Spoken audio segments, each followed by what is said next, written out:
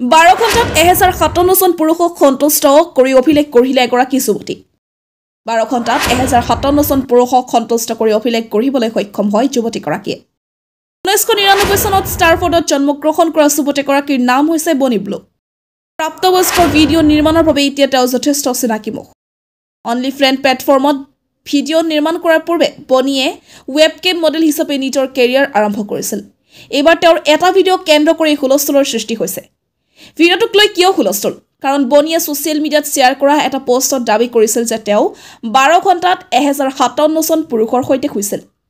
সোমবাৰে তেওঁ ছ'চিয়েল মিডিয়াত এটা ভিডিঅ' পোষ্ট কৰি এই তথ্য ঘোষণা কৰে তেওঁ স্থানীয় সংবাদ মাধ্যমৰ আগত নিশ্চিত কৰিছে ভিডিঅ'টোত যি সংখ্যা অৰ্থাৎ তেওঁ ছ'চিয়েল মিডিয়াত পোষ্টত উল্লেখ কৰা পুৰুষৰ সংখ্যা সঁচা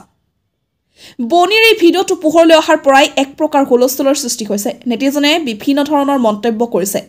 এই কৃতিত্বৰে বনিয়ে বিশ্ব অভিলেখ গঢ়িলে ইয়াৰ পূৰ্বে 2004 চনত লিজা স্পাৰ্কছৰ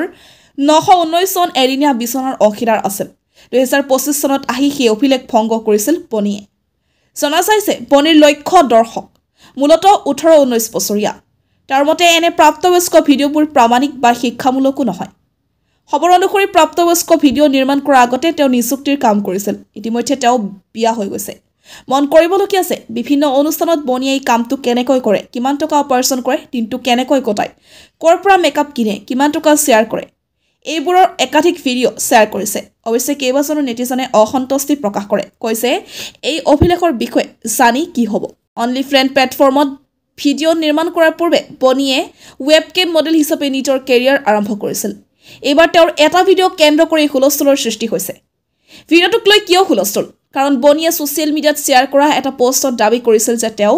12 ঘণ্টাত 1057 জন পুৰুষৰ সৈতে শুইছিল সোমবাৰে তেওঁ ছ'চিয়েল মিডিয়াত এটা ভিডিঅ' পোষ্ট কৰি এই তথ্য ঘোষণা কৰে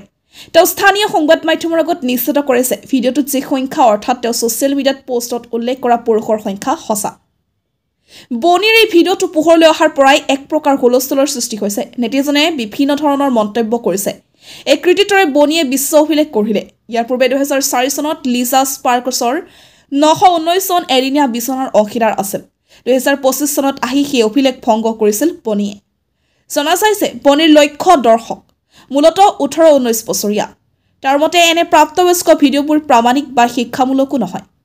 খবৰ অনুসৰি প্ৰাপ্তবয়স্ক ভিডিঅ' নিৰ্মাণ কৰাৰ আগতে তেওঁ নিযুক্তিৰ কাম কৰিছিল ইতিমধ্যে তেওঁ বিয়া হৈ গৈছে মন কৰিবলগীয়া আছে বিভিন্ন অনুষ্ঠানত বনিয়ে এই কামটো কেনেকৈ কৰে কিমান টকা উপাৰ্জন কৰে দিনটো কেনেকৈ কটায় ক'ৰ পৰা মেকআপ কিনে কিমান টকা শ্বেয়াৰ কৰে এইবোৰৰ একাধিক ভিডিঅ' শ্বেয়াৰ কৰিছে অৱশ্যে কেইবাজনো নেটিজনে অসন্তুষ্টি প্ৰকাশ কৰে কৈছে এই অভিলেখৰ বিষয়ে জানি কি হ'ব